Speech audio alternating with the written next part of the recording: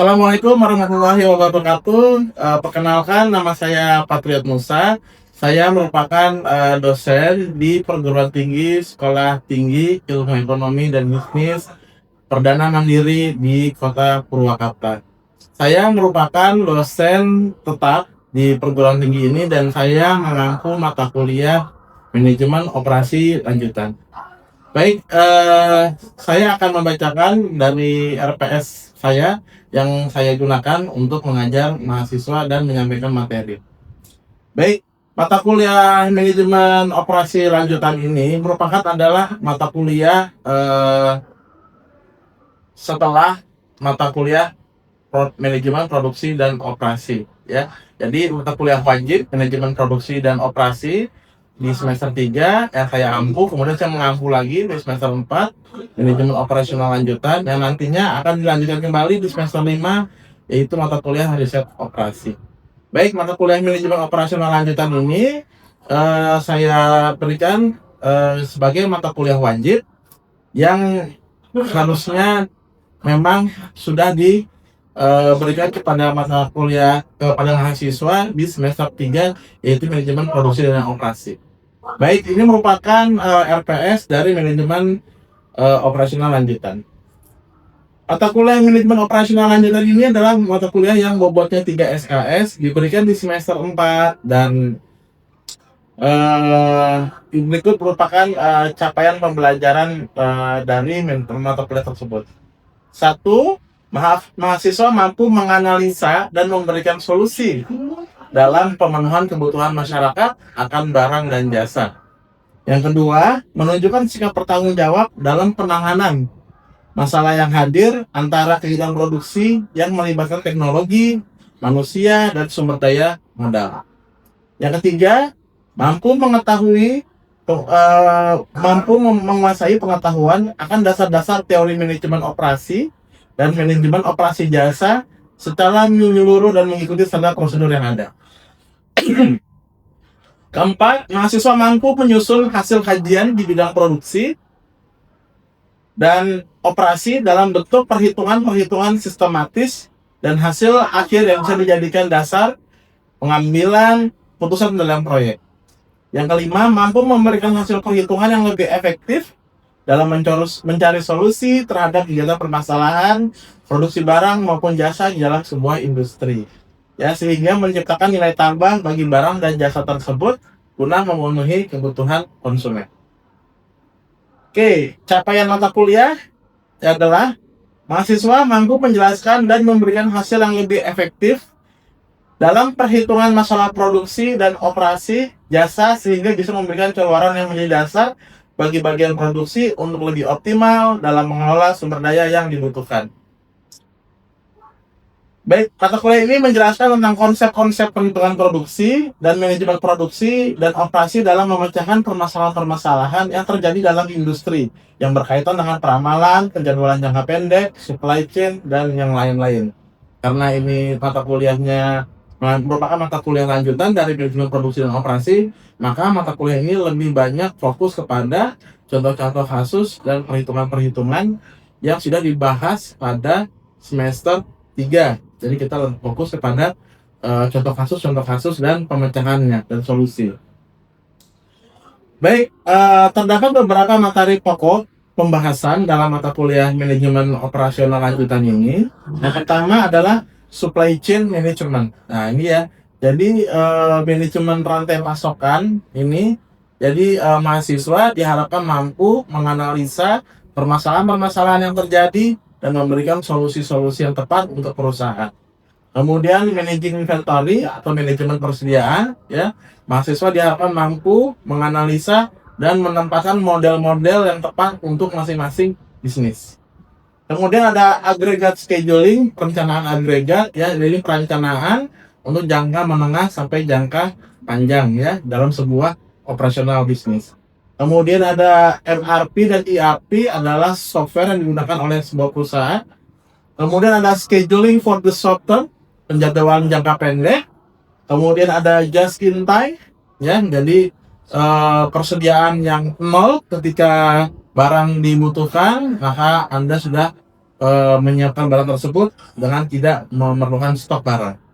Kemudian ada maintenance and reliability decision, ya, pemeliharaan, ya. Kemudian ada linear programming model linear programming. Kemudian ada model transportasi.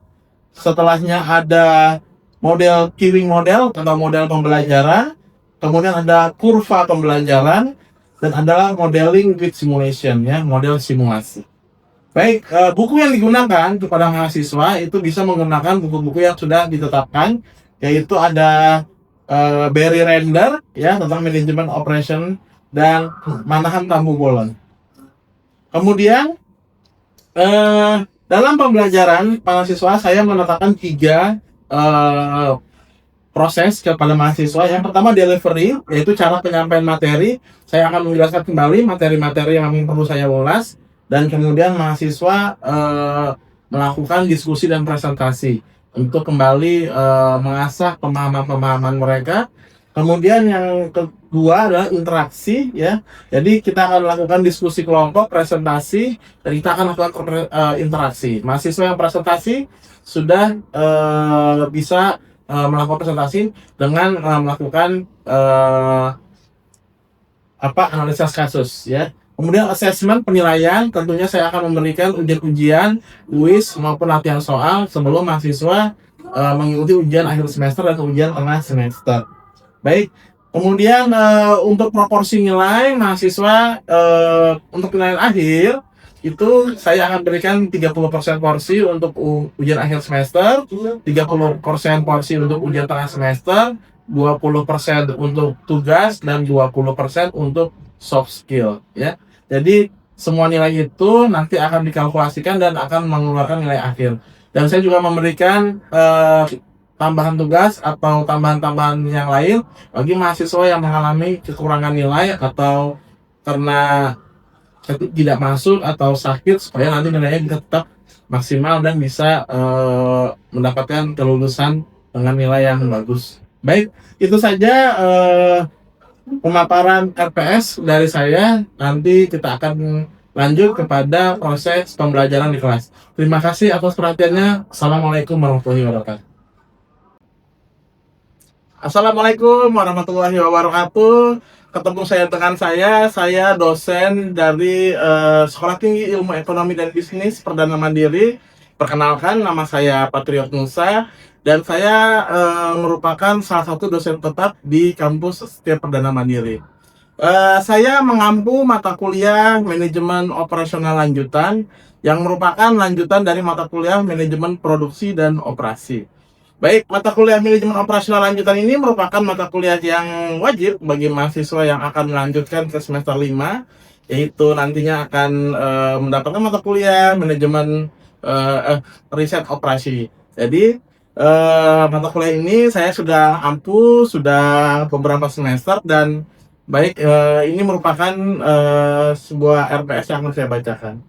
Baik, mata kuliah manajemen produksi dan operasi awalnya itu dipelajari oleh mahasiswa di semester 3, dan di semester 4-nya akan menempuh mata kuliah lanjutannya, yaitu manajemen operasional lanjutan.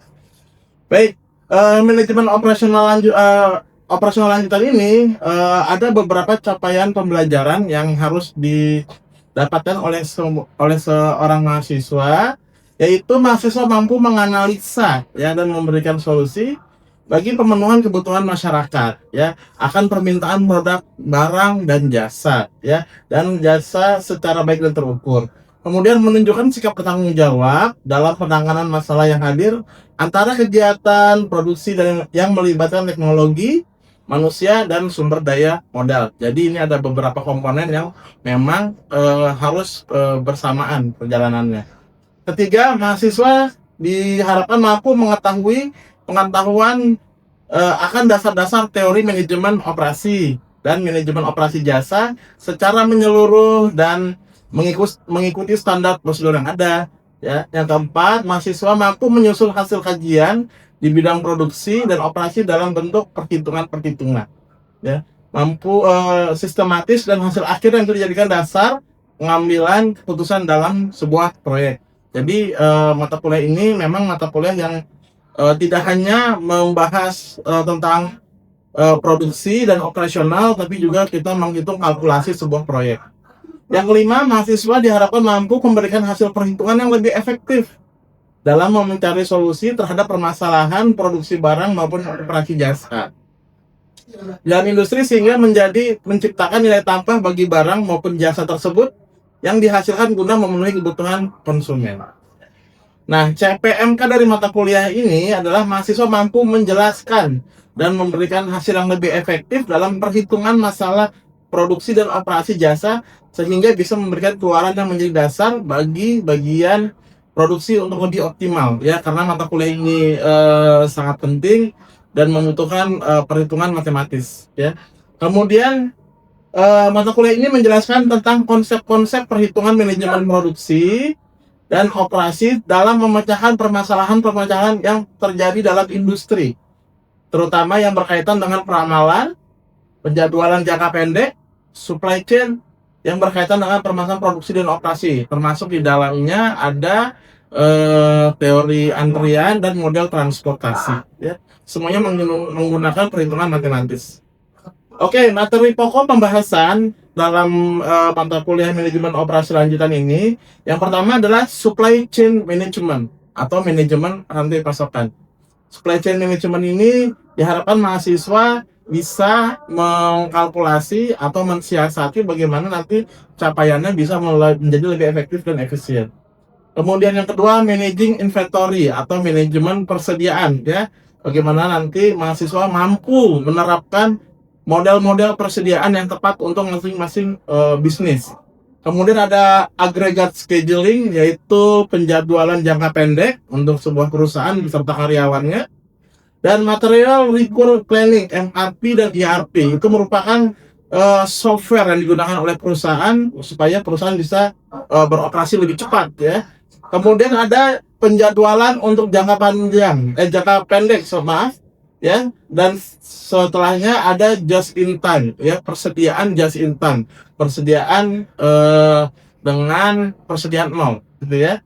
Kemudian ada maintenance and reliability decision, ya, ada keputusan untuk perbaikan dan kehandalan. Kemudian ada linear programming model, transportation modeling, queuing model, learning curve, dan modeling with simulation, ya. Baik, buku yang digunakan bisa menggunakan buku-buku yang sudah saya sampaikan kepada mahasiswa, yaitu ada Hazer dan Render, Berry Render, ya. Kemudian ada Tapu Balon Manahan berjudul manajemen operasional.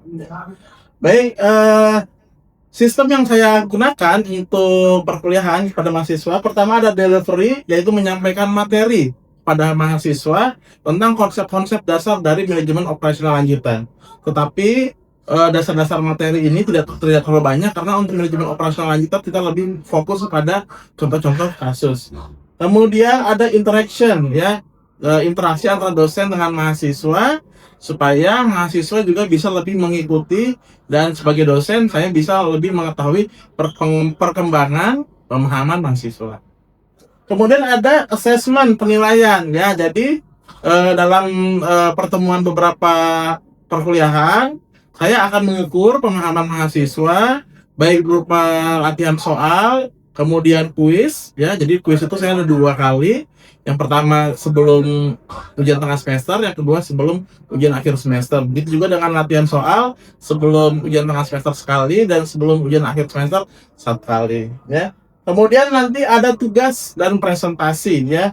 Tugas dan presentasi ini merupakan proyek-proyek atau kasus-kasus yang harus dipecahkan oleh mahasiswa dan dipresentasikan di kelas, dan nanti kita diskusikan bersama dengan teman-teman yang lain dan dengan saya dosen, dan saya hanya bisa menambahkan presentasi yang sudah diberikan oleh teman-teman mahasiswa, ya. Kemudian untuk penilaian, ya, tetap porsi yang digunakan adalah 30% UTS, 30% UAS, kemudian 20% soft skill, dan 20% tugas penilaiannya, ya. Jadi nilai proporsi nilai tersebut merupakan nanti nilai akhir yang akan diberikan kepada mahasiswa. Tentunya nanti kalau ada mahasiswa yang kekurangan nilainya, akan ada tugas-tugas lanjutan atau tugas-tugas pengganti supaya mahasiswa mendapatkan kesempatan untuk memperbaiki nilai-nilainya yang kurang atau yang mungkin mahasiswa tidak masuk atau tidak mengikuti perkuliahan. Baik, sekian untuk penjelasan rancangan pembelajaran semester dari saya untuk mata kuliah manajemen produksi dan operasi, kemudian dilanjutkan kepada manajemen operasional lanjutan. Selanjutnya kita akan lakukan proses pembelajaran di kelas. Terima kasih atas perhatiannya. Assalamualaikum warahmatullahi wabarakatuh. Semuanya, assalamualaikum warahmatullahi wabarakatuh. Apa kabar semuanya? Sehat? Alhamdulillah. Kita akan mulai perkuliahan, tapi sebelumnya silakan kita akan mulai dengan berdoa dulu ya. Silakan pada teman-teman pimpin doanya. Berdoa dulu.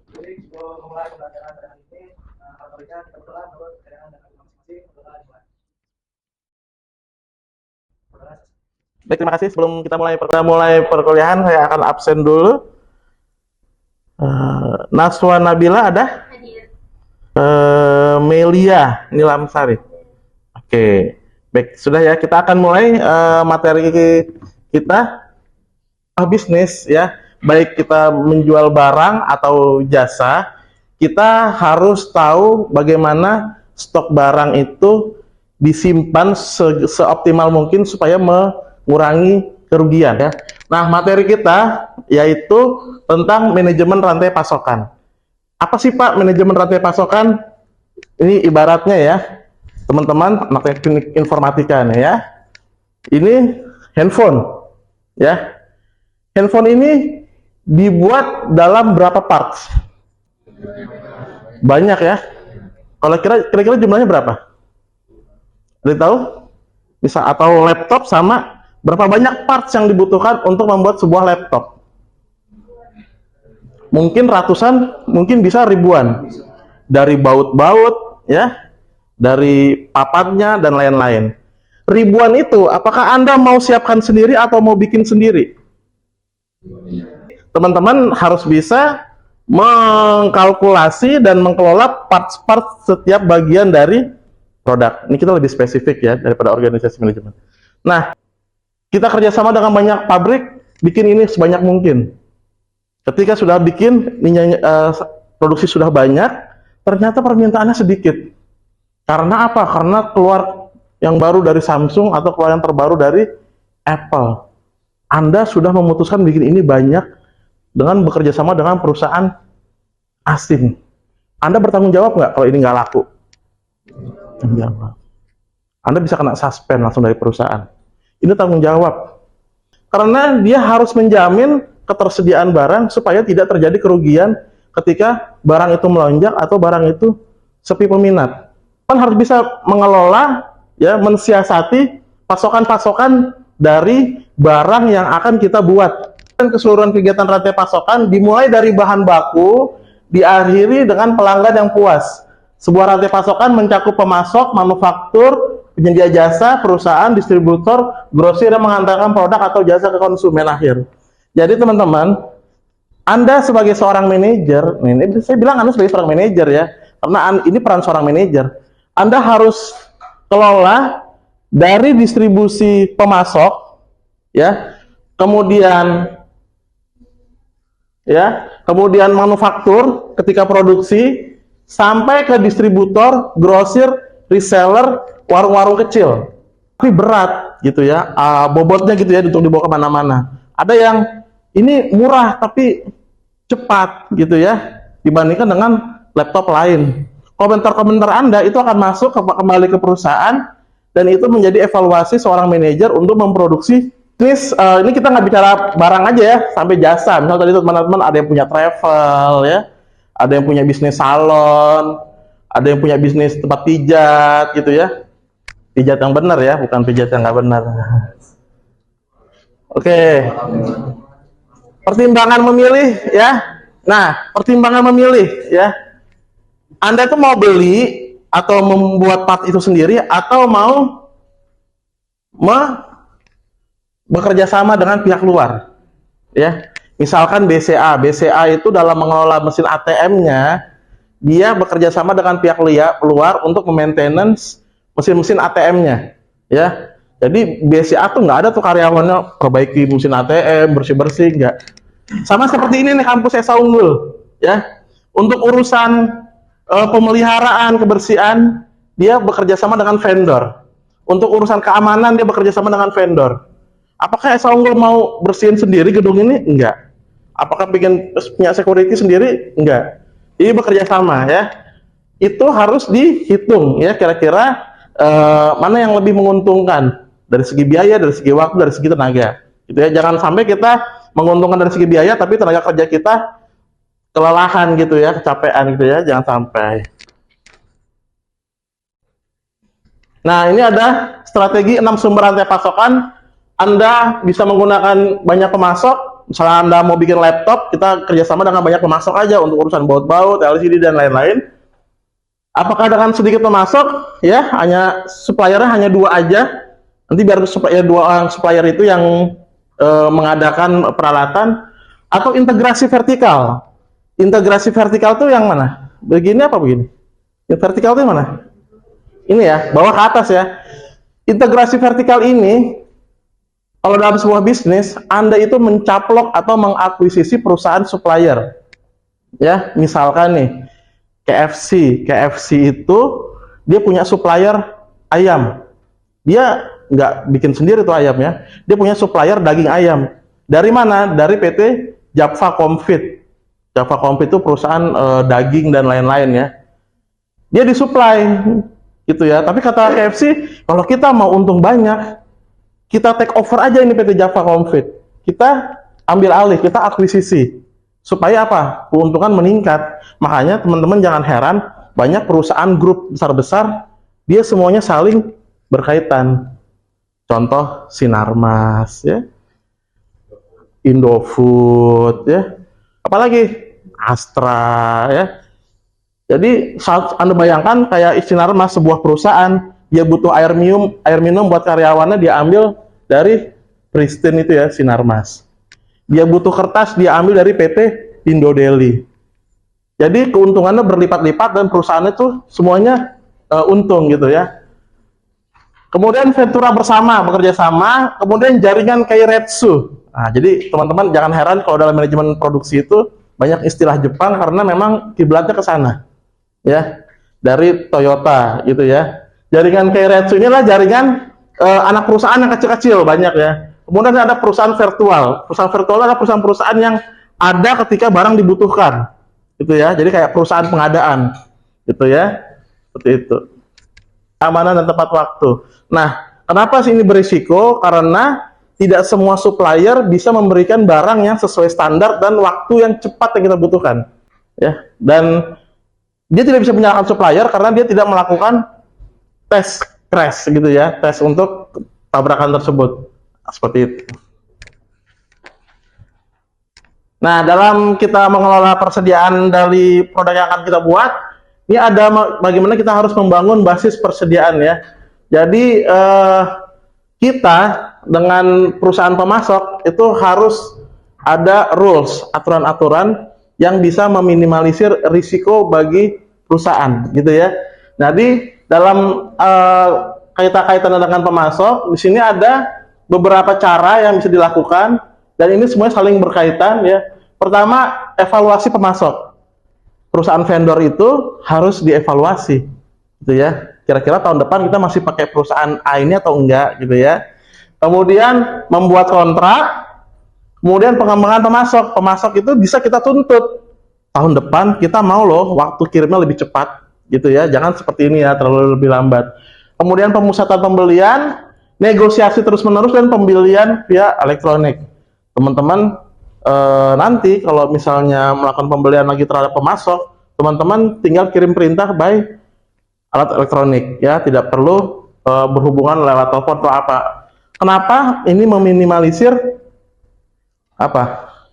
Meminimalisir penyelewengan ya, karena banyak terjadi di luar sana negosiasi dengan vendor, akhirnya terjadi penyelewengan ya. kebanyakan makan di restoran dan apa lain dan yang lain-lain.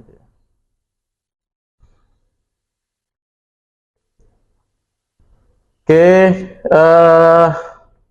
nah ini adalah etika-etika yang dilakukan oleh sebuah pemasok ya. Pertama, etika manajemen rantai pasokan ya. Nah, dalam manajemen rantai pasokan itu ada etika-etika yang harus ditetapkannya oleh sebuah perusahaan pemasok. Pertama, etika personal, etika di dalam rantai pasokan, dan perilaku etis terhadap lingkungan. Jadi perusahaan pemasok itu harus baik, harus terbuka, dan harus tidak merusak lingkungan ya, seperti itu. Kemudian membangun kesinambungan rantai pasokan, ada logistik terbaik dan rantai pasokan lingkaran tertutup. Logistiknya harus diberikan dalam bentuk yang tepat waktu dan jumlah yang yang sesuai dengan yang dibutuhkan. Kemudian rantai pasokan lingkaran tertutup ya. Rantai pasokan lingkaran tertutup ini rantai pasokan yang dikerjakan oleh perusahaan-perusahaan grup ya. Jadi tidak disebelahkan ke pihak luar.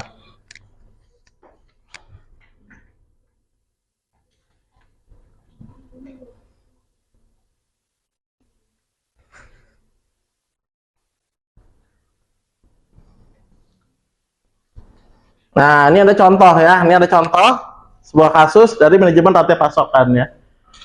PT Citra Sejati memiliki aset total akhir tahun 5 juta, persediaan awal tahun 375.000 ya. Kemudian dengan persediaan akhir 375.000, harga pokok penjualan tahunan adalah 7 juta. Harga pokok penjualan itu misalkan ini handphone misalnya harganya 3 juta. Berapa sih yang dibutuhkan perusahaan untuk bisa membuat handphone ini? Katakanlah 1,5 juta. 1,5 juta lagi adalah keuntungan atau keuntungan dari reseller. Itu harga pokok penjualan namanya ya. Oke, ingin mengevaluasi kinerja rantai pasokan dengan mengukur presentase aset di persediaannya, perputaran persediaannya, dan jumlah minggu pasokannya dengan menggunakan persamaan ya untuk memberikan ukuran ini. Nah, ini kalau dalam fakultas ekonomi itu hitung-hitungannya duit ya. Karena kita ngomongin laba. Jadi semuanya kita hitung secara kalkulator aja ya. Nah, mungkin ada pertanyaan, silahkan ya, bebas ya. Baik, siapa namanya? Kenalkan, nama saya Muhammad Ali Akbar. Oh iya. Kan tadi kan materi Bapak menjelaskan manajemen rantai risiko kan, atau biasa dibilang tuh supply chain management. Nah, itu tuh ketika kita memiliki perusahaan sebagai manajer, kita tuh cara mengolah resiko kan, kita harus siap kan dalam risiko apa yang terjadi dalam pasukan kita. Contoh kemarin tuh kami sama teman saya tuh membuat bisnis baju. Nah, itu fokus kita pada penjualan di Instagram. Nah, risiko-risiko pasukan itu seperti apa, Pak? Baik, terima kasih Mas Ali. Jadi gini, kalau kita bikin bisnis atau risiko atau online ya, pertama ada beberapa tahap yang harus kita pelajari dulu. Pertama, marketnya siapa aja. Misalkan nih ya, saya mau jual pakaian muslim untuk perempuan, Pak.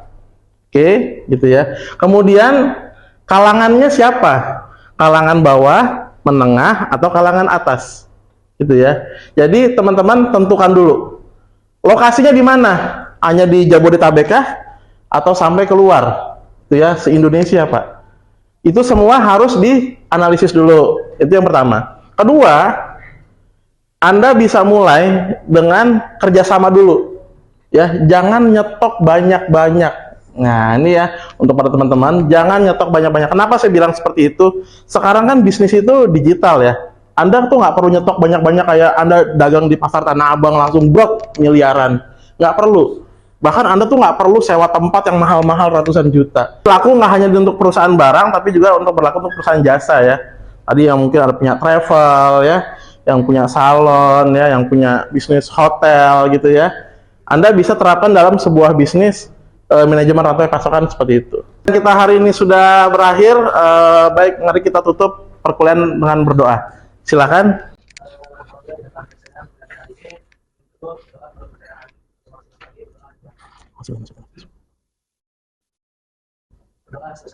Alhamdulillahirobbilalamin.